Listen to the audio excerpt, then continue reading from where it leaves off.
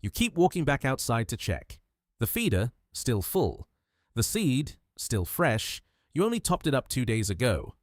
Even the bird bath looks untouched, water sitting exactly where you left it.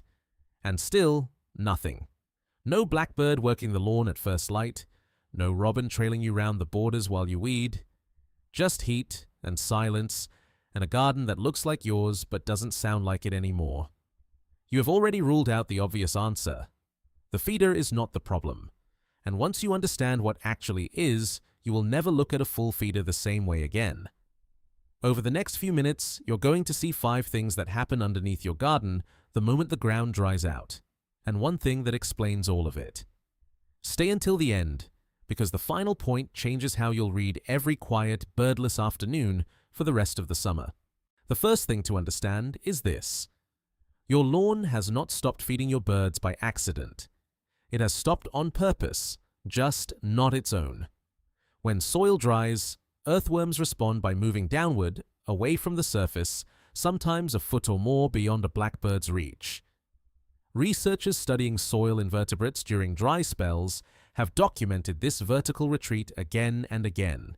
It is one of the most consistent responses in the whole animal kingdom, and it happens fast, often within days of a dry spell taking hold. In your garden, this means the exact food your blackbird relies on has not disappeared. It has simply gone somewhere the bird can no longer reach it. No garden bird depends on that surface layer more than the blackbird. Its whole foraging strategy, the cocked head, the sudden stab into the grass, is built entirely around worms and soil invertebrates being within striking distance.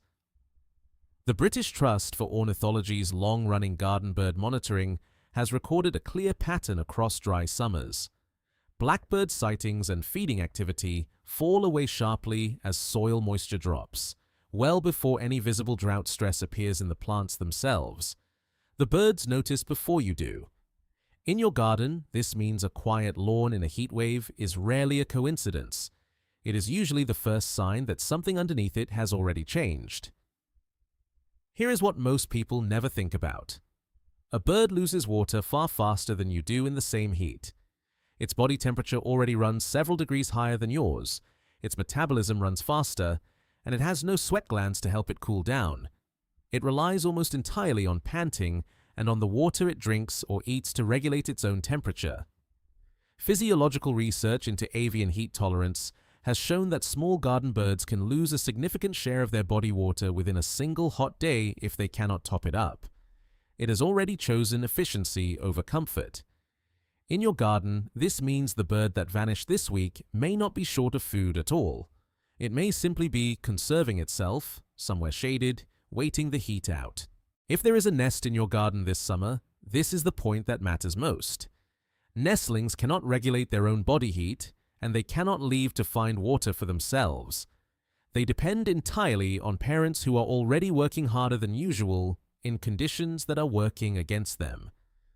Nest monitoring data collected across dry, hot breeding seasons in the UK has shown reduced chick survival correlating directly with periods of low rainfall and high temperature. The parents are still trying. They are simply losing the arithmetic. In your garden, this means the silence you are hearing may not just be adult birds staying hidden. It may be a nest that is struggling quietly somewhere you cannot see it. The RSPB's emergency summer guidance is consistent on this point, and it is simpler than most people expect. Water matters more than food right now. A shallow dish, no deeper than a few centimeters, placed somewhere shaded rather than in direct sun, refreshed at least once a day, does more for a heat-stressed garden than any amount of extra seed. Moving your existing bird bath out of full sun can lower the water temperature enough to matter. None of this requires anything you don't already own.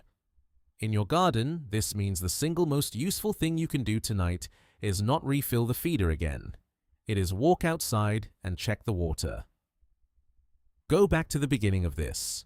You checked the feeder twice. You assumed, reasonably, that food was the problem, because food is what we are taught to think about when we think about garden birds. But a bird can survive several days without food. It cannot survive more than a matter of hours without water in this kind of heat. That is the part nobody tells you. The thing that was actually missing from your garden this week was never the seed. It was never the sweet. It was the water, shallow, shaded, replaced often enough to matter, and without it, everything else you offer becomes almost beside the point. You did not do anything wrong. You simply did not know where to look. The blackbird has not left your garden for good. It has gone looking for the one thing you can, quite easily, give it back. And the next time your garden goes quiet in the heat, you will know exactly where to walk first. If your garden has gone quiet this summer, I'd like to know what you noticed first. The silence, or the empty feeder you kept refilling anyway? Tell me in the comments. I read every single one. These are the stories I carry with me longest.